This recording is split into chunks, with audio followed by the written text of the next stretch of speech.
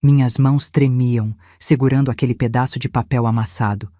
As letras tortas da Júlia pareciam gritar em silêncio. Finja estar doente e vá embora. Meu coração disparou tão rápido que pensei que fosse explodir ali mesmo, na frente de todos os convidados que Ricardo havia trazido para o almoço. Ergui os olhos para minha filha e vi algo que nunca tinha visto antes no rosto dela. Terror puro, absoluto, daqueles que te congelam por dentro.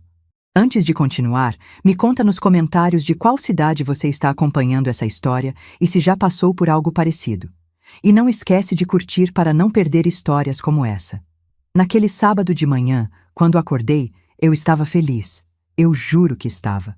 Ricardo tinha me pedido para preparar um almoço especial para 3 sócios dele, dizendo que era importante para fechar um negócio grande. Passei a manhã toda na cozinha, preparando a melhor lasanha que eu sabia fazer, arrumando a mesa com a louça boa que tinha guardado. Queria que tudo ficasse perfeito. Queria mostrar que eu era uma boa esposa, que ele tinha feito a escolha certa ao se casar comigo há 2 anos. 2 anos. Parece uma vida inteira agora, mas naquela manhã parecia tão pouco tempo. Eu ainda me lembrava do jeito que Ricardo me olhou quando nos conhecemos naquele evento da universidade. Eu era professora de literatura. Ele era empresário, charmoso, daqueles que sabem exatamente o que falar. Meu primeiro casamento tinha terminado de forma tão dolorosa. O pai da Júlia nos abandonou quando ela tinha apenas 6 anos, que quando Ricardo apareceu, gentil e atencioso, oferecendo não apenas amor, mas estabilidade, eu me agarrei àquela promessa como quem se agarra a uma tábua no meio do oceano. Mãe, a voz da Júlia estava baixa, quase um sussurro, mas tinha urgência. Ela tinha aparecido do nada ao meu lado enquanto eu servia as entradas. Os homens conversavam na sala, Ricardo ria alto daquele jeito que eu tinha aprendido a achar encantador, e eu estava sorrindo, representando o papel de esposa perfeita. "O que foi, amor?" perguntei, ainda sorrindo, sem entender a gravidade daquele momento. Sem entender que minha vida estava prestes a ser dividida em antes e depois daquele pedaço de papel. "Preciso te mostrar uma coisa. No meu quarto. Agora." Tinha algo no tom dela que me fez parar. A Júlia sempre foi uma menina quieta, observadora. Depois que o pai dela foi embora, ela se tornou ainda mais introspectiva, como se tivesse aprendido cedo demais que o mundo não era seguro. Aos 14 anos, ela era mais velha por dentro do que por fora. Eu via isso no jeito que ela olhava para as coisas, como se estivesse sempre avaliando, medindo, procurando sinais de perigo. "Júlia, eu estou no meio do almoço. Por favor." Seus olhos estavam vidrados, brilhando com lágrimas contidas. "Por favor, mãe. É importante." Engoli seco. Olhei para a sala onde os homens conversavam sobre números e negócios. Ricardo me viu e acenou, dando aquele sorriso que eu achava que era só meu. Hoje eu sei que ele tinha vários desses sorrisos, um para cada ocasião, cada pessoa que ele precisava manipular. "Tá bom, só 1 minuto." Segui Júlia escada acima. Meu estômago estava embrulhado. Será que ela estava doente? Será que tinha acontecido algo na escola? Brigas de adolescente, primeiro amor, essas coisas que toda mãe teme e ao mesmo tempo acha que pode controlar. Eu não fazia ideia. Não fazia a menor ideia do abismo que estava prestes a se abrir debaixo dos meus pés. Ela fechou a porta do quarto e se encostou nela, como se estivesse bloqueando uma ameaça. Suas mãos tremiam quando pegou um caderno da mochila e arrancou uma folha. Começou a escrever, rápido, desesperado. Eu ia falar, ia perguntar por que diabos ela estava escrevendo ao invés de simplesmente falar, mas ela levantou a mão, pedindo silêncio. Quando ela virou o papel para mim, meu mundo parou. "Finja estar doente e vá embora." "Júlia, que brincadeira é essa?" sussurrei, sentindo um frio subir pela espinha. Ela escreveu de novo, mais rápido. "Não é brincadeira. Ele vai te matar. Hoje. Confia em mim." Senti minhas pernas bambearem. Tive que me sentar na cama dela. Matar? Ricardo? O homem que me levava café na cama, que chamava minha filha de minha princesa, que tinha chorado quando me pediu em casamento, dizendo que eu tinha salvado a vida dele? Aquilo era loucura. Tinha que ser. Mas quando olhei nos olhos da Júlia, vi que ela estava absolutamente séria. Mais que séria, apavorada. Ela continuou escrevendo, as palavras saindo tortas, apressadas. Ontem à noite, ouvi ele no escritório. Estava ao telefone, falando sobre veneno no seu chá. Sobre fazer parecer ataque cardíaco. Sobre 5 milhões de reais de seguro. 5 milhões. O seguro de vida que Ricardo tinha insistido para eu fazer 6 meses atrás. É para nossa segurança, ele tinha dito. Para proteger você e a Júlia se algo acontecer comigo. Mas ele tinha feito questão que o valor fosse alto, muito alto, e que ele fosse o beneficiário. Confie em mim, amor. É procedimento padrão. E você?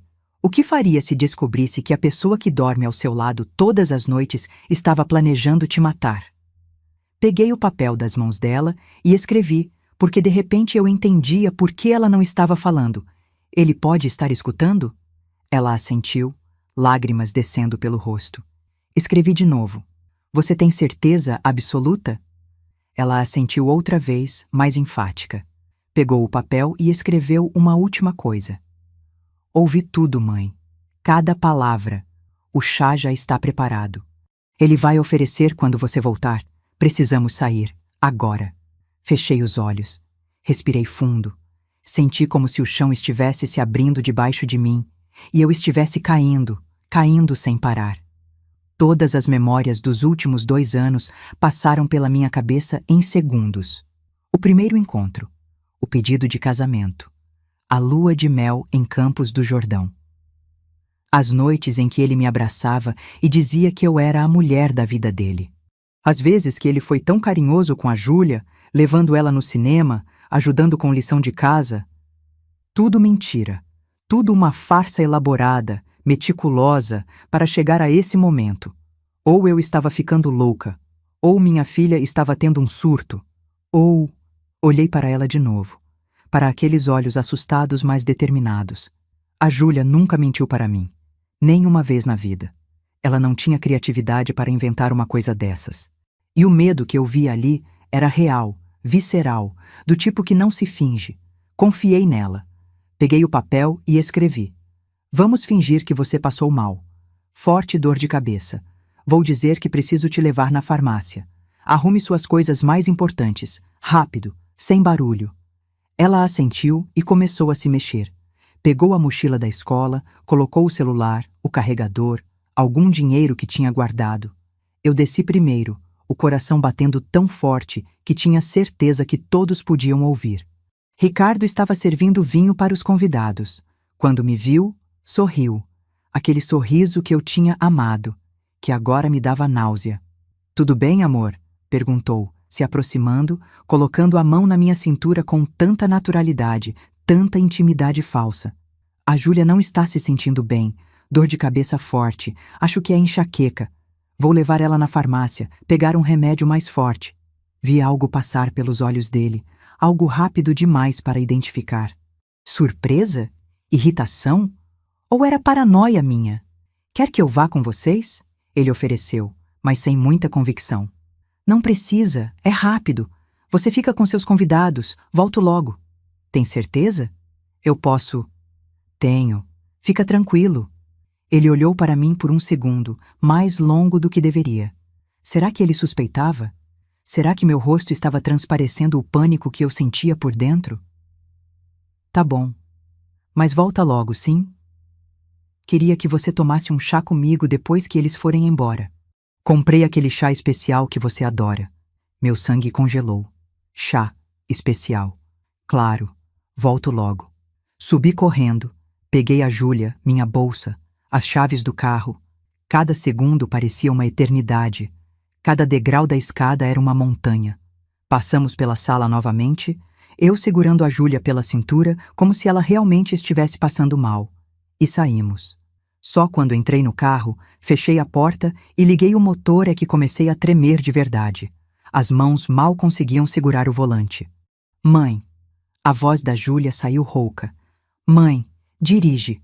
Por favor, dirige. Pisei no acelerador. Saímos do condomínio. Peguei a avenida principal. E só então, quando já estávamos a uns 3 quilômetros de casa, estacionei em um posto de gasolina vazio. Me conta tudo. Minha voz saiu mais dura do que eu pretendia. Tudo, Júlia. Desde o começo. Ela estava chorando agora, soluçando. Eu levantei para ir no banheiro ontem à noite, umas 2 da manhã. Vi luz acesa no escritório dele. Achei estranho porque você tinha dito que ele tinha ido dormir cedo. Fui até lá. A porta estava entreaberta. Ele estava no telefone. E o que você ouviu? Ele estava falando com alguém. Não sei quem, mas estava falando sobre você. Sobre como tudo estava indo conforme o plano. Que só faltava executar a última parte. Falou sobre o veneno que tinha comprado, sobre misturar no chá de ervas que você gosta, sobre o momento certo sendo durante o almoço de hoje, porque todo mundo acharia que foi ataque cardíaco por estresse. Minha respiração estava curta. Tem certeza que ouviu isso? Absoluta. Ele falou sobre o dinheiro do seguro, 5 milhões. Falou que com isso ia pagar todas as dívidas e ainda sobrava. Falou que tinha sido fácil te convencer a fazer o seguro, que você confiava nele completamente. Ele riu, mãe. Riu quando disse que você nunca desconfiou de nada. Senti uma bile subir pela garganta. Abri a porta do carro e vomitei. Vomitei o café da manhã.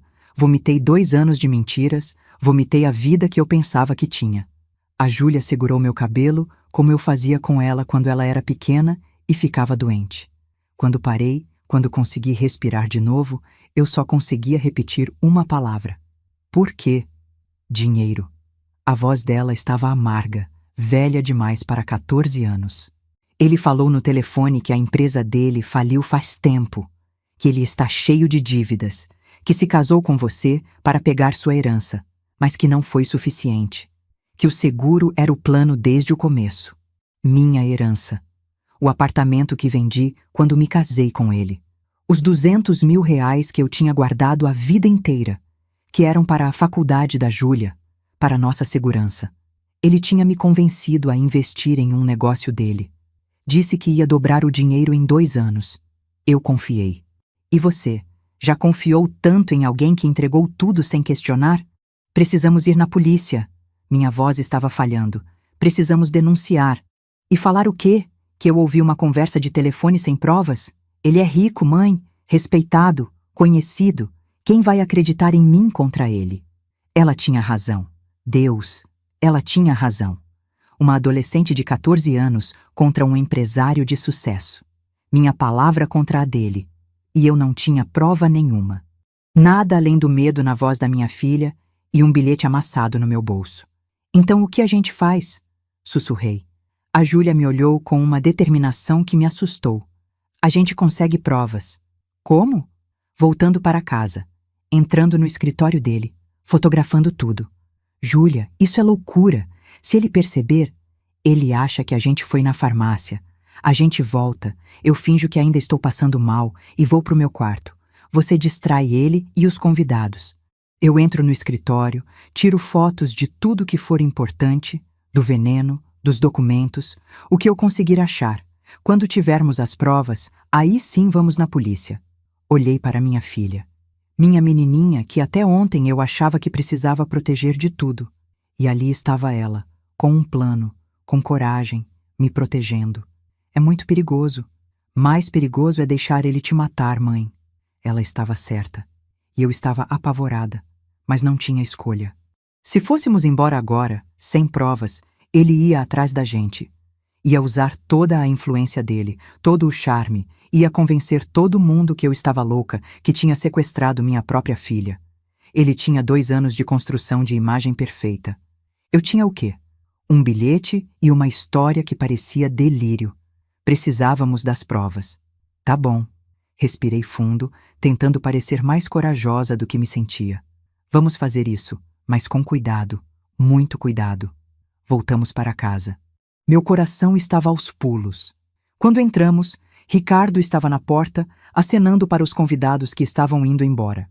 Quando nos viu, franziu a testa. Já voltaram? Pensei que iam demorar mais. A farmácia estava fechada. Voltamos para pegar o remédio que eu tinha guardado aqui mesmo. Consegui manter a voz firme. Foi a melhor atuação da minha vida. A Júlia está melhor? Um pouco. Ela vai deitar. Acho que precisa de repouso. Ele olhou para a Júlia com uma expressão que eu não consegui decifrar. Preocupação? Dúvida? Ou eu estava começando a ver monstros onde antes via apenas meu marido? Então vai descansar, princesa. Depois a gente conversa. Júlia assentiu e subiu. Eu fiquei ali, ao lado desse homem que planejava me matar. E sorri. Sorri e disse que ia preparar um café, que ele devia estar cansado da reunião. Enquanto eu mexia o café na cozinha, as mãos tremendo, conseguia ouvir os passos dele pela casa. Passos pesados, determinados. Passos de quem estava prestes a cometer um assassinato. E lá em cima, trancada no escritório dele, minha filha de 14 anos estava roubando as provas que podiam nos salvar, ou nos condenar. Cada segundo que passava parecia uma hora.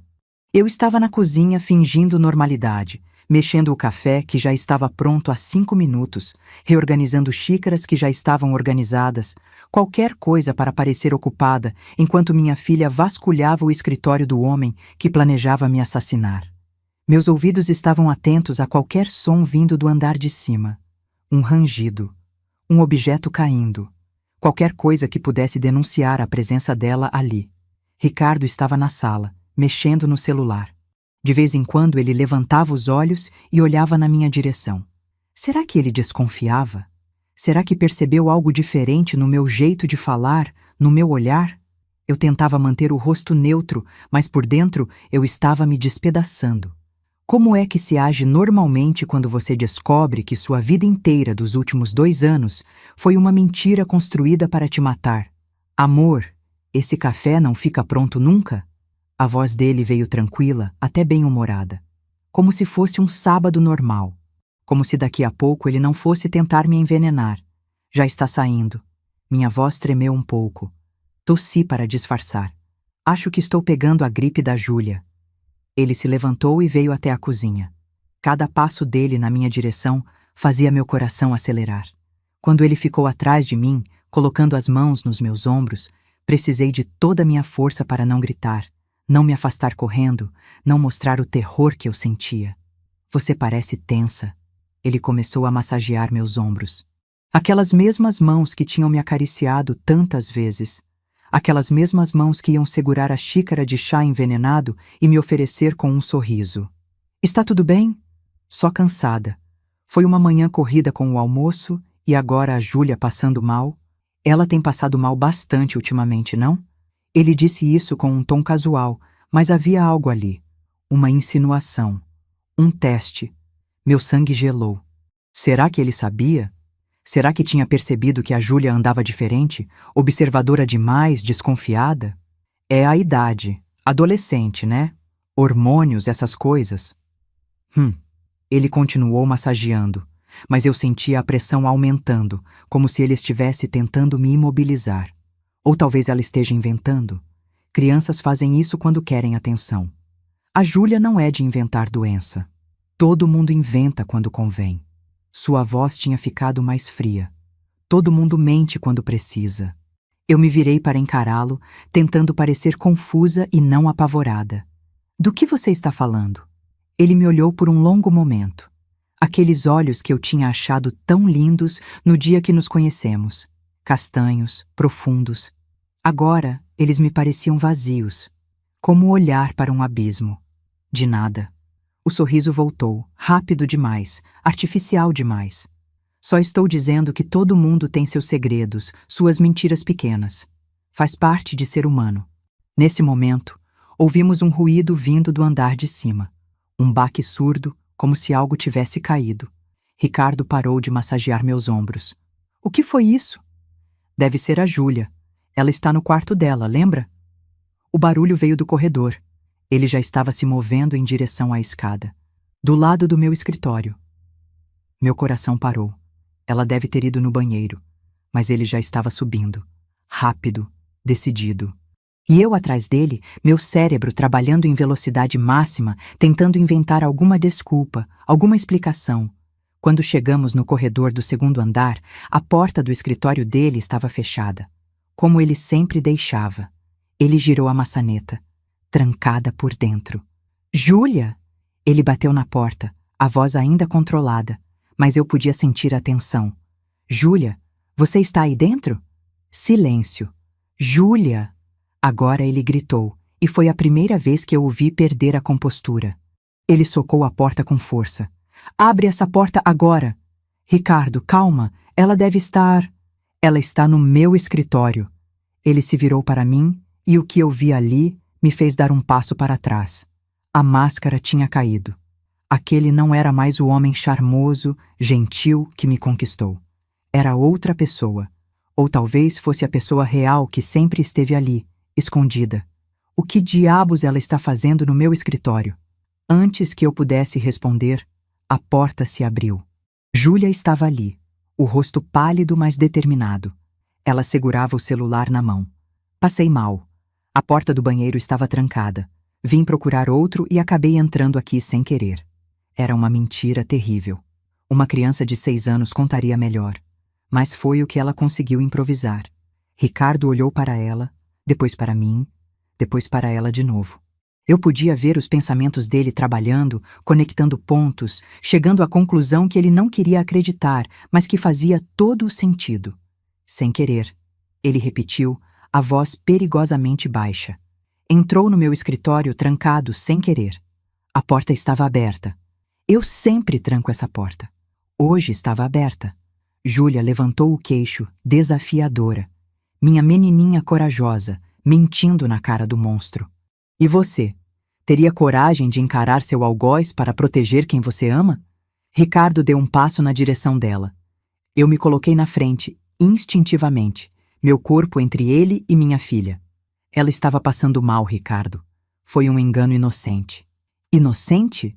Ele riu, mas não havia humor nenhum ali. Só algo escuro, raivoso. Vocês duas acham que eu sou idiota? Vocês acham que eu não percebi? Percebeu o quê? Tentei manter a voz firme, mas estava saindo trêmula. Vocês saíram correndo daqui mais cedo. Voltaram rápido demais. E agora ela está fuçando no meu escritório. Ele apontou para Júlia. O que você viu? O que você ouviu? Eu não sei do que você está falando. A voz da Júlia era firme, mas eu via suas mãos tremendo. Mentirosa! Ele gritou tão alto que eu pulei. Sua mentirosa! Você ouviu, não foi? Ontem à noite.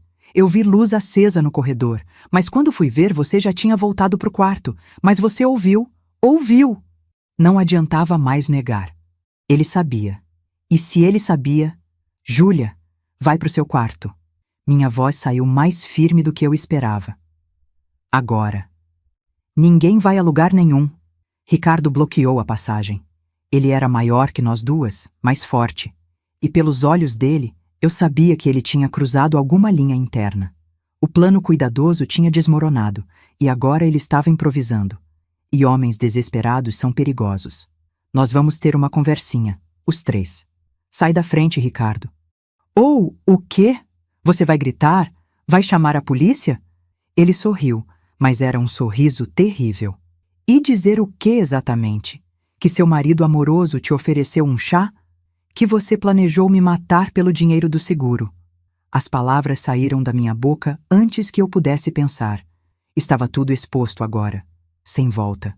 Ele ficou muito quieto, o tipo de quietude que vem antes de uma tempestade. Provas, ele sussurrou. Vocês têm provas de alguma coisa? Júlia apertou o celular contra o peito. Naquele momento, eu soube que sim. Ela tinha conseguido. Tinha fotografado algo. E Ricardo também sabia. Me dá esse celular. Ele estendeu a mão. Não. Me dá esse celular agora. Ele deu um passo à frente, e eu vi na cara dele que ele ia pegar o telefone à força se fosse preciso. Corre, Júlia! Eu me joguei nele. Literalmente me joguei, usando meu corpo como barreira, agarrando seus braços, tentando dar tempo para minha filha fugir. Ele era mais forte, muito mais forte, mas a surpresa jogou a favor. Ele cambaleou para trás. Seu celular também! Ele gritou atrás de mim, mas Júlia já estava correndo para o quarto dela. Eu ouvi a porta bater e a tranca girar. Ricardo me empurrou com força. Caí no chão do corredor, batendo o ombro com força na parede. Dor, aguda, queimando, mas não tinha tempo para sentir dor. Ele foi até a porta do quarto da Júlia e começou a chutar. Abre essa porta! Abre agora! Ou eu derrubo essa merda! Eu me levantei, cambaleando. Corri até ele, tentei puxar ele para longe, mas ele me deu um tapa que me jogou de novo no chão. Meu rosto ardeu. Senti gosto de sangue na boca. Ricardo, para! Para, por favor! Mas ele não parava. Continuava chutando a porta. A madeira estava começando a rachar. Mais alguns chutes e ele conseguiria entrar. Mãe! A voz de Júlia veio de dentro do quarto, apavorada. Levantei de novo. Não sei de onde tirei forças, mas levantei. Me joguei nas costas dele, agarrei seu pescoço, fiz qualquer coisa para distraí-lo, para dar tempo. Ele me pegou pelo braço e me arremessou. Literalmente me arremessou contra a parede. Minha cabeça bateu. Pontos pretos dançaram na minha visão. Quando consegui focar de novo, ele tinha chutado a porta uma última vez e ela tinha cedido. Ele entrou no quarto da Júlia. Arrastei meu corpo dolorido até a porta. Dentro, Júlia estava encurralada perto da janela, o celular ainda na mão. Me dá o telefone e ninguém sai machucado. A voz dele estava calma de novo. Calma demais. A calma de quem já decidiu que vai fazer o que for necessário. Não. Júlia estava chorando agora, mas ainda desafiadora. Não vou te dar. Júlia, não seja burra. Você é uma criança. Não entende o que está acontecendo aqui. Me dá o telefone e a gente esquece tudo isso. Eu entendo perfeitamente. Você casou com a minha mãe por dinheiro. Roubou a gente. E agora quer matar ela. Ninguém vai matar ninguém. Foi um mal-entendido. Eu estava fazendo um teste de fidelidade. Queria ver se vocês confiavam em mim. A mentira era tão absurda que eu quase ri. Quase. Se não estivesse tão apavorada. Mentiroso! Júlia cuspiu a palavra. Vi as fotos que tirei. Do vidro de veneno sem rótulo. Do papel com data e hora de hoje escrito executar plano. Dos documentos da sua empresa falida. Da conta offshore com o dinheiro da minha mãe. Se tudo. O silêncio que se seguiu foi o mais assustador de todos. Ricardo olhou para ela. Depois para mim. E então ele fez algo completamente inesperado. Ele riu. Não foi uma risada alegre. Foi uma risada de quem acabou de perceber que o jogo acabou e que não tem mais nada a perder. Sabe de uma coisa? Ele disse, a voz estranhamente leve. Você tem razão. Sobretudo. Casei com sua mãe pelo dinheiro. Fingi que amava ela. Fingi que me importava com você. E sim, ia matá-la hoje. Ia colocar arsênico no chá dela, esperar ela ter uma convulsão bonita e então chamar a ambulância todo desesperado. Ataque cardíaco fulminante. Trágico. Iam até me consolar no velório. Ouvi essas palavras saindo da boca dele e algo dentro de mim morreu. Mesmo sabendo, mesmo tendo ouvido da Júlia, ouvir dele, ouvir a confirmação tão casual, tão fria. 5 milhões. Ele continuou, como se estivesse contando uma anedota. Dava para pagar todas as minhas dívidas e ainda sobrava para começar de novo. Em outro lugar. Outro nome, talvez. Outra idiota confiante para enganar. Seu monstro. Consegui sussurrar. Monstro? Ele se virou para mim. Monstro porque fui esperto? Porque vi uma oportunidade e aproveitei? Você era tão fácil, Vera. Tão carente. Tão desesperada por alguém que te amasse depois que aquele fracassado do seu ex te largou. Foi só ser gentil, só fingir interesse, e você abriu as pernas e a carteira. As palavras eram facas. Cada uma delas me cortava por dentro. E você? Ele olhou para Júlia. Sua pestinha metida. Eu tentei ser legal com você. Tentei fazer você gostar de mim. Mas você sempre olhou para mim com desconfiança. Sempre ficou com esse ar de superior, como se soubesse que eu não era bom o suficiente. Pois saiba que você estava certa. Eu nunca quis ser seu paizinho. Eu só queria o dinheiro da sua mãe. Eu sabia. Júlia disse, as lágrimas caindo. Desde o começo eu sabia que você era falso. Então devia ter falado. Ele deu um passo na direção dela. Devia ter avisado sua mãe. Mas você ficou quietinha, não ficou? Porque no fundo você queria que sua mãe fosse feliz, mesmo que fosse uma mentira. Mas agora você estragou tudo. Ele estava a poucos passos dela. Eu me levantei, mas minhas pernas mal me sustentavam. Júlia, me dá o telefone. Última chance. Não. Então eu vou pegar. Ele avançou. Júlia se virou e jogou o celular pela janela aberta. Tudo parou por um segundo. Ricardo correu até a janela e olhou para baixo. O celular tinha caído no jardim, 2 andares abaixo. Ele se virou para nós e a fúria no rosto dele era algo que eu nunca tinha visto em nenhum ser humano. Agora sim vocês me ferraram, ele disse, a voz baixa e perigosa. Agora sim. Ele saiu do quarto. Ouvi seus passos pesados descendo a escada. Corri até Júlia, abracei ela forte. Está bem? Você está machucada? Não. E você? Toquei meu rosto. O lábio estava inchado, ia ficar roxo, mas nada estava quebrado. Temos que sair daqui, agora. Como? Ele está lá embaixo, vai nos parar. Olhei pela janela. O jardim estava lá embaixo, parecendo muito longe, mas havia o telhado da varanda logo abaixo da janela do quarto, e do telhado até o chão eram só uns 2 metros. Vamos descer pela janela. Mãe, é muito alto. É a única saída. Ele vai subir de novo. E quando subir... E não terminei a frase. Não precisava. Ouvi barulho vindo da escada. Ele estava subindo de novo. E dessa vez trazia algo nas mãos. Não tivemos tempo de pensar. Amarrei os lençóis da cama de Júlia, prendendo na perna da cama que era de ferro maciço. Joguei pela janela. Não chegava até o chão, mas chegava no telhado da varanda. Você primeiro. Vai!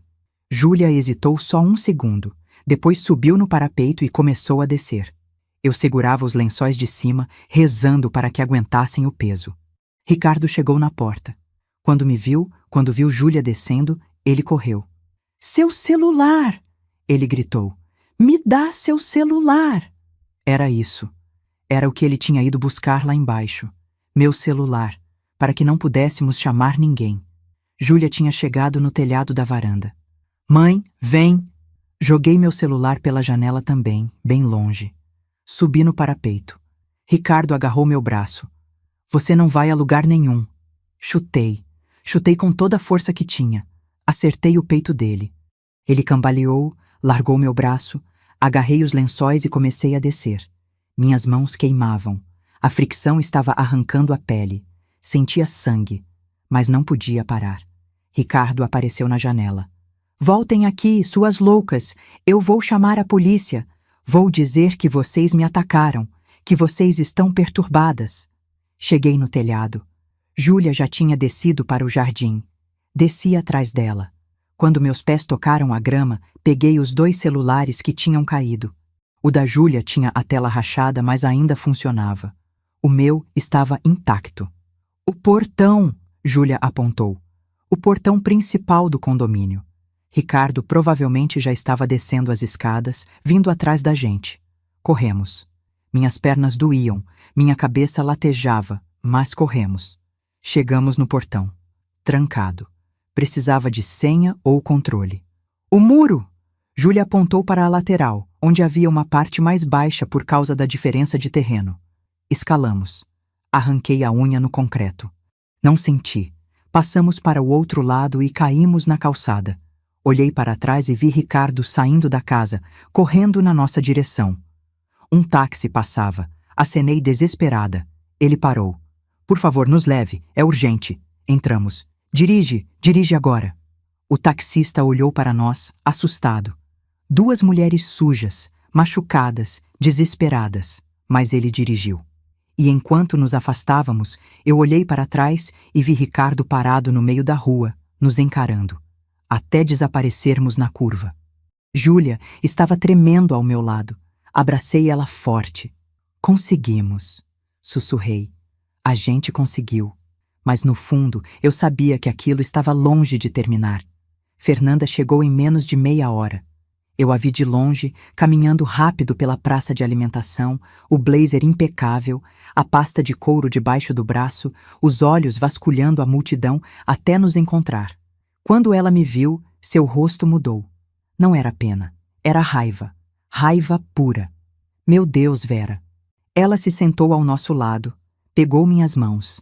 Elas estavam queimadas, em carne viva por causa da corda de lençóis. O que esse desgraçado fez com vocês? Contei tudo, cada detalhe. O bilhete da Júlia, o plano de envenenamento, A fuga pela janela, as ameaças. Fernanda ouvia em silêncio, mas eu via sua mandíbula ficando cada vez mais tensa, as mãos apertando a caneta que ela segurava. Me mostra as fotos. Ela pediu para Júlia. Minha filha desbloqueou o celular e passou para ela. Fernanda ampliou cada imagem, estudando os detalhes com olhos de quem já tinha visto muita maldade na vida, mas ainda conseguia se chocar. Isso aqui, ela apontou para o frasco de vidro escuro. Esse é o veneno? Foi o que eu encontrei no escritório dele. Júlia respondeu, a voz trêmula. Estava escondido atrás de uns livros na prateleira alta, sem rótulo, sem nada. E esses documentos? Fernanda continuou passando as fotos. Contas offshore, transferências. Vera, você sabia de alguma coisa disso? Balancei a cabeça, sentindo as lágrimas queimarem meus olhos de novo.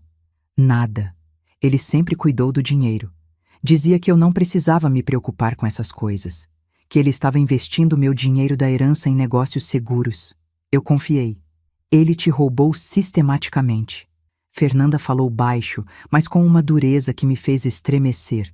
E quando o dinheiro acabou, decidiu que você valia mais morta do que viva. Ouvir aquilo em voz alta foi como levar um soco no estômago. Era a verdade crua, sem filtro. Eu não era uma esposa para Ricardo. Era uma conta bancária. E quando a conta zerou, virei uma apólice de seguro. O que a gente faz agora? Perguntei, odiando como minha voz soava pequena, assustada. Agora a gente vai à delegacia, antes que ele termine de plantar a versão dele. Fernanda guardou a pasta e se levantou. Mas tem uma coisa que vocês precisam entender. Vai ser a palavra de vocês contra a dele. Ele é empresário conhecido, tem contatos, tem dinheiro para pagar advogados caros. As fotos ajudam, mas ele vai tentar desqualificar tudo. Vai dizer que foram adulteradas, que vocês invadiram a privacidade dele, que isso é perseguição de uma esposa desequilibrada. Mas a gente tem provas, Júlia protestou. E ele vai ter uma história melhor. Fernanda olhou para minha filha com uma franqueza brutal. Sinto muito, Júlia, mas é assim que funciona. Verdade e justiça nem sempre são a mesma coisa. Senti meu estômago revirar. Então você está dizendo que a gente não tem chance? Não. Estou dizendo que vai ser difícil, mas não impossível. Ela colocou a mão no meu ombro. Eu conheço o delegado Moreira.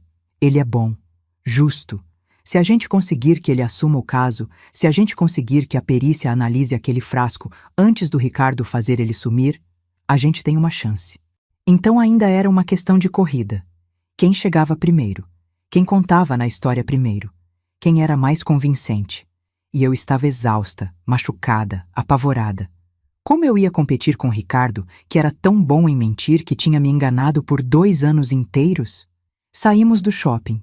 O carro da Fernanda estava no estacionamento. Entramos em silêncio. Júlia estava no banco de trás, abraçada comigo, o corpo dela tremendo de vez em quando. Eu passava a mão no cabelo dela, tentando transmitir uma segurança que eu não sentia. Vocês vão ter que ser fortes agora, Fernanda falou enquanto dirigia.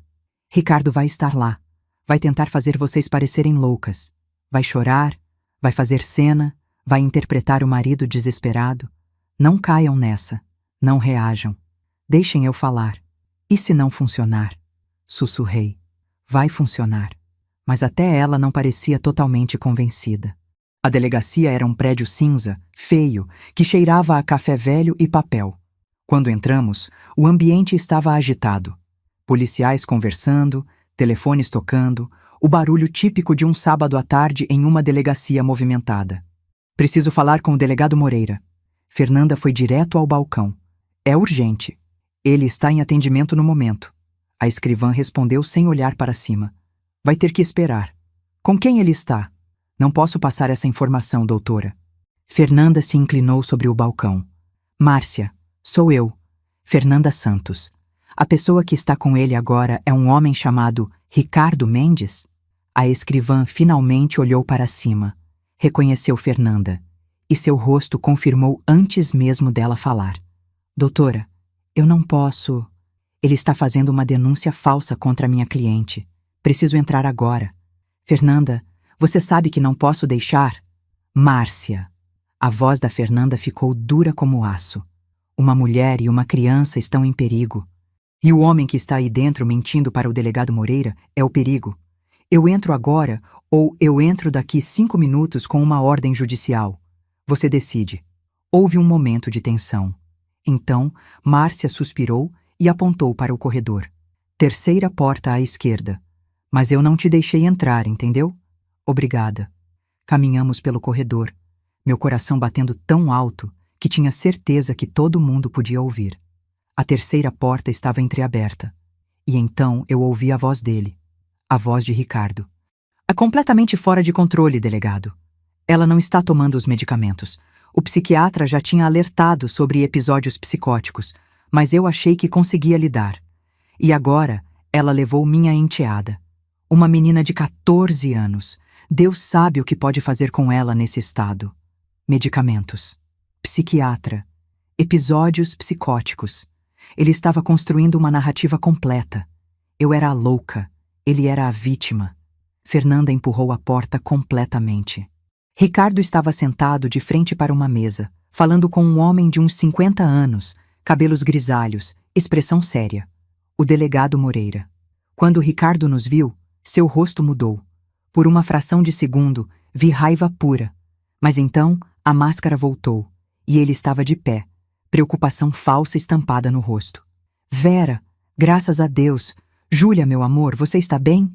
Ele deu um passo na nossa direção e Fernanda literalmente se colocou entre nós. Nem mais um passo. Quem é você? Ricardo olhou para ela com fingida confusão. Fernanda Santos, advogada da senhora Vera Mendes. E estou aqui para garantir que minha cliente não seja vítima de uma tentativa de homicídio disfarçada de preocupação conjugal. O delegado Moreira se levantou. Doutora Fernanda, o que está acontecendo aqui? O que está acontecendo, delegado, é que esse homem tentou assassinar minha cliente hoje. E agora está tentando fazer ela parecer insana para que ninguém acredite nela quando ela o denunciar. Ricardo riu. Foi uma risada perfeita, cheia de descrença, de dor, de um homem sendo falsamente acusado. Isso é insano. Delegado, está vendo? Está vendo o que eu disse? Minha esposa está delirando e agora trouxe uma advogada para corroborar as fantasias dela. Fantasias? Fernanda tirou o celular da Júlia da bolsa. Júlia, mostra ao delegado o que você fotografou hoje no escritório dele. Júlia, com as mãos tremendo, passou as fotos. O delegado pegou o celular, começou a analisar. Vi seu senho franzir a cada imagem. Isso é invasão de privacidade. Ricardo protestou, mas havia um fio de desespero na voz agora. Ela invadiu meu escritório. Essas fotos são ilegais. Quer dizer que as fotos são reais? Fernanda devolveu rápido. Que os documentos de fraude financeira existem? Que o frasco de líquido sem identificação está realmente no seu escritório? Ricardo abriu a boca. Fechou. O delegado estava olhando para ele agora com uma expressão diferente. Senhor Mendes. A voz do delegado estava mais fria. O senhor pode explicar o que é esse frasco? Vitaminas. Suplementos importados. Eu tiro do frasco original porque... Vitaminas. O delegado repetiu cético. Sem rótulo. É um suplemento caro. Eu não quero que... E essas transferências para contas offshore? Esses documentos que mostram sua empresa falida? Sua esposa sabe disso? São assuntos de negócios. Ela não entende essas coisas. Por isso o senhor escondeu dela que desviou o dinheiro da herança dela? Fernanda interrompeu. Por isso contraiu um seguro de vida de 5 milhões em nome dela, sem que ela soubesse o valor real? Eu vi Ricardo perceber que estava perdendo o controle. Vi o pânico começar a rachar sua fachada perfeita. Delegado, isso é um absurdo. É uma armação. Essa mulher sempre teve ciúmes, sempre foi controladora e agora está... Mentira! A voz saiu de mim antes que eu pudesse conter. Todas as vezes que eu engoli suas palavras, todos os momentos que eu fiquei quieta, tudo explodiu de uma vez. Você mentiu para mim desde o primeiro dia. Me seduziu, me manipulou, roubou todo o dinheiro que eu tinha guardado para minha filha. E quando não foi suficiente, quando você afundou em dívidas, decidiu que eu valia mais morta. Vera, amor, você está confusa. Você não sabe o que está... Não me chama de amor. Eu estava gritando agora e não me importava. Você ia me envenenar hoje. Minha filha ouviu você ao telefone planejando cada detalhe. Uma adolescente confusa ouviu metade de uma conversa e interpretou errado. Eu ouvi tudo. A voz da Júlia era baixa, mas firme.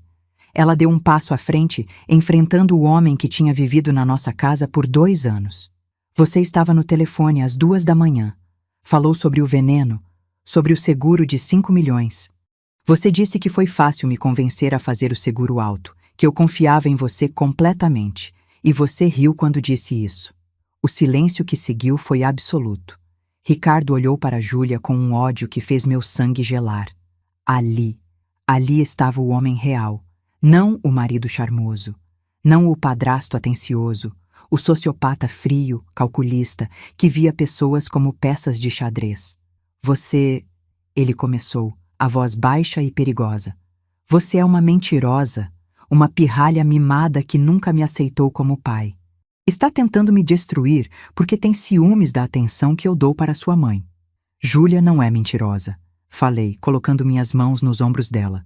E você nunca foi pai dela. Você só representou esse papel enquanto precisava manter a farsa. Senhor Mendes. O delegado Moreira colocou o celular na mesa. Vou precisar que o senhor permaneça aqui enquanto envio uma equipe para recolher esse frasco. E vou precisar de acesso aos documentos financeiros que aparecem nessas fotos. Vocês não podem simplesmente invadir minha casa. Eu tenho direitos. O senhor tem direitos, o delegado concordou. E também tem obrigações, especialmente quando há indícios de tentativa de homicídio. Indícios? Isso são fotos tiradas ilegalmente por uma criança influenciada por uma mãe paranoica. Então o senhor não se importaria se nosso perito analisar o conteúdo desse frasco? Fernanda perguntou docemente. Se forem mesmo vitaminas, isso vai provar sua inocência imediatamente. Vi o momento exato em que Ricardo entendeu que estava encurralado. Se ele deixasse analisarem, ia provar que era veneno. Se ele se recusasse, ia parecer culpado. E se ele tentasse destruir as provas agora, ia ser tarde demais. A polícia já estava a caminho. Eu quero meu advogado. Ele disse finalmente, a voz sem emoção. Ótimo. O delegado pegou o telefone. Enquanto isso, vamos ter uma conversa mais longa sobre essas transferências financeiras. 2 horas depois, estava sentada em uma sala de espera da delegacia, com Júlia dormindo com a cabeça no meu colo. Fernanda estava falando com o delegado no corredor. Periodicamente, eu via policiais passando, carregando sacos plásticos com evidências lacradas. O frasco, os documentos, o laptop de Ricardo. Fernanda voltou, e pelo sorriso cansado no rosto dela, eu soube antes dela falar. Arsênico, ela disse, sentando ao meu lado. O perito fez um teste preliminar. O frasco contém arsênico em concentração letal. E os documentos do laptop confirmam tudo. Fraude, desvio de dinheiro e... Ela fez uma pausa. E e-mails dele planejando isso há meses, Vera. Conversas com a pessoa que vendeu o veneno para ele. Pesquisas sobre doses letais, sobre sintomas de ataque cardíaco. Senti um nó na garganta. Meses. Ele estava planejando me matar há meses. Enquanto me beijava de manhã, enquanto dizia que me amava, enquanto dormia ao meu lado. E agora? Agora ele vai ser indiciado. Tentativa de homicídio premeditado, fraude, apropriação indébita. Vera, ele vai para a prisão. Não agora. Ele tem dinheiro para pagar fiança, mas vai a julgamento. E com essas provas, a gente ganha. Deveria estar feliz, aliviada. Mas tudo que eu sentia era um vazio enorme.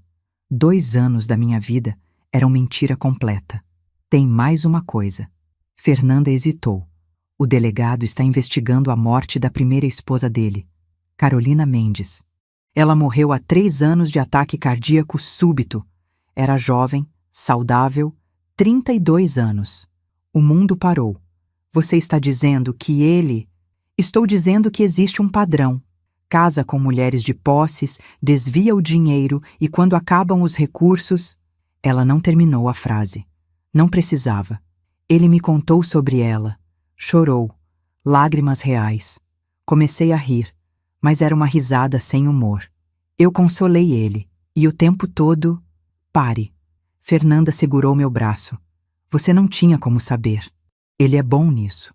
Ricardo não era apenas um homem que tentou me matar. Era um assassino em série. Calculista, paciente, metódico. E se a Júlia não tivesse acordado naquela noite? Se ela não tivesse ouvido aquela conversa? Se ela não tivesse tido a coragem de me avisar com aquele bilhete amassado? Eu estaria morta. Simples assim. Estaria deitada em algum necrotério agora, com um atestado de óbito que diria ataque cardíaco fulminante. Ricardo estaria representando o marido devastado, chorando lágrimas falsas no meu velório, recebendo abraços e condolências. E depois, alguns meses depois, estaria procurando a próxima vítima. A náusea voltou com força. Olhei para minha filha dormindo, tão jovem, tão pequena ainda, apesar da coragem de gigante que tinha demonstrado. Ela me salvou. Minha menininha de 14 anos, que tinha todos os motivos para estar com medo, que poderia ter ficado calada, que poderia ter duvidado do que ouviu, teve a força de me proteger, de nos proteger. Quanto tempo até o julgamento? Perguntei, minha voz rouca de tanto chorar, de tanto gritar, de tanto sentir. Meses, talvez um ano. Vai ser longo, Vera. Vai ser doloroso. Ele vai tentar te destruir no tribunal. Vai expor tudo da sua vida. Vai contratar investigadores para procurar qualquer coisa que possa usar contra você. Vai tentar provar que você é instável, que inventou tudo, que manipulou a Júlia. Vai ser... Fernanda parou, olhando para mim com uma honestidade brutal que eu apreciei mais do que qualquer palavra de consolo. Vai ser o inferno. Eu sei. Minha voz saiu firme, mais firme do que eu achava que conseguiria. Mas a gente vai sobreviver, porque a gente já sobreviveu ao pior. Já sobrevivemos a ele. Já sobrevivemos ao dia em que ele planejou nos matar. Se a gente conseguiu sobreviver a isso, consegue sobreviver a um julgamento. Fernanda sorriu, e havia orgulho naquele sorriso. Sim, vocês já sobreviveram, e vão continuar sobrevivendo. Eu vou garantir isso. Fiquei mais 2 horas na delegacia. Dei meu depoimento completo ao delegado Moreira. Cada detalhe, desde o primeiro encontro com Ricardo até o momento em que pulei pela janela do quarto da Júlia. Ele gravou tudo, fez perguntas, anotou, pediu para eu repetir algumas partes. Foi exaustivo, foi doloroso, mas também foi libertador, de alguma forma estranha. Pela primeira vez, eu estava contando minha história. Não a versão que Ricardo tinha construído, a esposa feliz do empresário bem-sucedido, mas a verdade. A mulher que foi enganada, manipulada, roubada e quase assassinada. E estava sendo ouvida, acreditada. Uma última coisa, senhora Vera. O delegado disse quando estávamos terminando. Você está com medo dele? Pensei na pergunta. Realmente pensei. Estou, mas não do jeito que estava antes. Antes eu tinha medo sem saber por quê. Tinha aquele frio na espinha quando ele chegava em casa, aquele aperto no estômago quando ele me olhava de um jeito estranho. Mas eu ignorava porque achava que era paranoia minha. Agora eu sei que era instinto. Meu corpo sabia que ele era perigoso antes da minha cabeça aceitar. Agora, o medo é diferente. É consciente. É racional. E de alguma forma, isso me dá mais controle. Ele assentiu, como se entendesse perfeitamente. Vou pedir uma medida protetiva para você e para a Júlia. Ele não vai poder se aproximar de vocês. Se tentar entrar em contato, vai para a prisão imediatamente. Entendeu? Entendi. E senhora Vera? Ele me olhou com uma gentileza surpreendente para um homem que provavelmente via tragédias todos os dias. Você fez a coisa certa, ao confiar na sua filha, ao vir aqui. Muitas mulheres não têm essa chance. Você teve e aproveitou. Isso conta para alguma coisa. Senti as lágrimas queimarem meus olhos de novo. Obrigada. Quando saímos da delegacia, já era noite. A cidade estava iluminada, viva, indiferente ao drama que tinha se desenrolado dentro daquelas paredes cinzas. Júlia acordou no carro, confusa, desorientada. Acabou, mãe? Ela perguntou com voz sonolenta. Olhei para ela, para seus olhos ainda assustados, mas esperançosos. Acabou, meu amor. Estamos seguras agora. E pela primeira vez naquele dia interminável, eu acreditei nas minhas próprias palavras. 1 ano. foi quanto tempo levou até o julgamento de Ricardo Mendes começar. Um ano inteiro de espera, de audiências preliminares, de depoimentos intermináveis, de advogados tentando adiar, de perícias sendo questionadas, de cada detalhe da minha vida sendo exposto e dissecado como se eu fosse a criminosa. Teve dias que eu achei que não ia aguentar. Dias que acordava e não conseguia sair da cama. Dias que olhava para a Júlia e me perguntava se ter sobrevivido tinha valido a pena, se não teria sido mais fácil simplesmente não saber. Viver na ignorância até o fim. Mas aí eu lembrava. Lembrava do bilhete amassado, das mãos queimadas da minha filha quando descemos pela janela, do medo nos olhos dela. E eu sabia que sim, tinha valido a pena, porque a gente estava viva. E viva, a gente podia reconstruir. A terapia ajudou. Fernanda insistiu que eu e Júlia fizéssemos. No começo eu resisti. Achei que era besteira, que eu era forte o suficiente para lidar sozinha, que terapia era para gente fraca, para gente que não conseguia se virar. Mas depois da terceira noite, acordando aos gritos, suada, com o coração disparado, tendo certeza que Ricardo estava no quarto, depois da quinta vez que entrei em pânico no supermercado porque vi um homem de terno escuro que se virava e, de repente, tinha o rosto dele. Depois de ter um ataque de pânico tão forte no meio de uma aula que tive que pedir para alguém me substituir, eu aceitei que precisava de ajuda. Que ser forte não significava carregar tudo sozinha. Que pedir ajuda era, na verdade, o ato mais corajoso que eu podia fazer. A primeira sessão foi difícil. Sentar ali, naquela sala com a psicóloga, olhando para mim com aqueles olhos gentis, mas penetrantes, esperando que eu abrisse minha vida, que expusesse minhas feridas. Chorei pelos primeiros 20 minutos sem conseguir falar. Ela só me passou lenços e esperou. Quando finalmente consegui falar, as palavras saíram em torrente, desorganizadas, pulando de um momento para outro. O bilhete, a fuga pela janela, o veneno, o julgamento, os pesadelos. Você passou por um trauma extremo.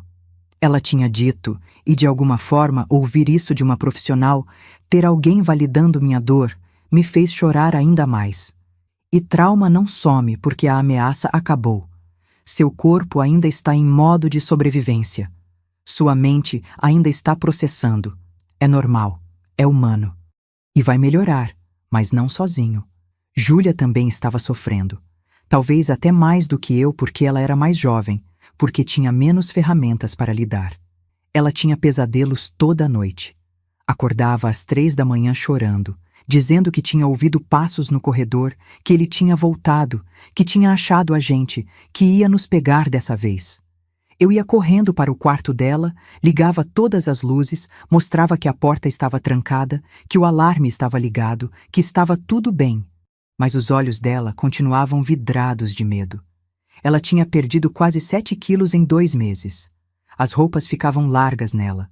As notas na escola, que sempre foram boas, despencaram. Ela parou de sair com as amigas, parou de responder mensagens. Se fechou em si mesma como uma concha tentando se proteger do mundo. Ela está tentando se fazer menor, a psicóloga explicou. Invisível. É uma resposta comum ao trauma. Se ela for pequena o suficiente, quieta o suficiente, talvez o perigo não a encontre. É instintivo. É a mente dela tentando protegê-la do jeito que sabe. Ela está com estresse pós-traumático. A psicóloga explicou numa das primeiras sessões. Vocês duas estão. É normal, é esperado e vai melhorar, mas não sozinho. Vocês precisam processar o trauma. Precisam entender que sobreviveram. Sobrevivemos. Essa palavra virou nosso mantra. Nos dias ruins, a gente sentava na sala, eu e Júlia, e repetíamos. A gente sobreviveu, a gente está aqui, a gente está segura. Às vezes funcionava, às vezes não. O processo foi brutal, mais brutal do que eu podia imaginar. O advogado de Ricardo, um homem caro chamado Dr. Augusto Ferreira, de terno italiano imaculado e sorriso de tubarão que sabia exatamente onde morder, fez de tudo para me destruir. Não apenas desacreditar, destruir. Transformar cada pedaço da minha vida em munição contra mim. Questionou minha sanidade mental desde a primeira oportunidade. Trouxe à tona cada erro que eu tinha cometido na vida, cada momento de fraqueza, cada decisão questionável. Aquela vez que fui hospitalizada por 3 dias por um ataque de ansiedade severo depois do meu primeiro divórcio, quando a Júlia tinha 7 anos e eu estava desempregada e desesperada, ele transformou isso em histórico documentado de instabilidade mental e tendências autodestrutivas. O fato de ter mudado de emprego 3 vezes em 5 anos, procurando melhores oportunidades e salários, virou incapacidade crônica de manter compromissos e relações profissionais estáveis. A medicação para a ansiedade que meu médico tinha prescrito anos atrás, que eu tomava ocasionalmente quando não conseguia dormir, foi apresentado como dependência química de substâncias controladas. Senhora Vera, ele tinha dito num dos interrogatórios,